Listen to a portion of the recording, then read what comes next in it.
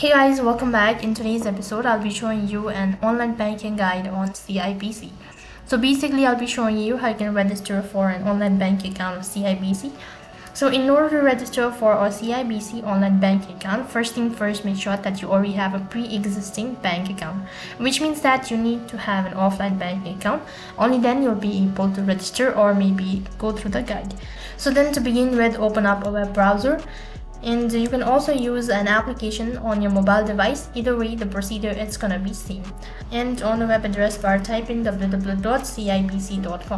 It's gonna direct you to the official web page of CIBC Bank. Over here, if you already have an account, then you can see in the right hand side bar, there's card and password.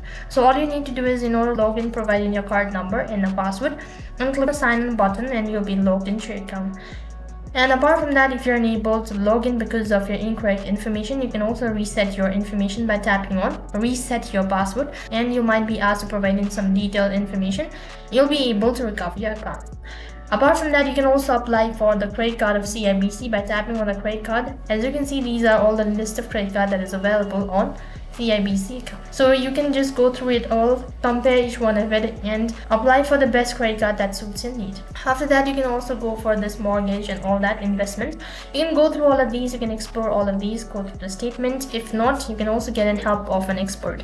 For that, you need to contact a support team and you can talk with an expert freely.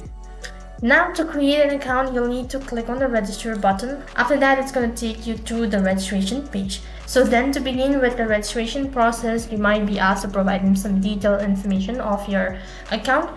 That could be your personal information, your contact details and all that. So the registration process ends at 4 steps. That is, you need to go through 1 out of 4 steps. So then to begin with, go through the above statement. You'll need to provide a card number, your card expiry date, phone number on the file, and click on the next button. On the other page, you'll be asked to provide your contact details. That could be your email address or phone number registered to your CIBC bank.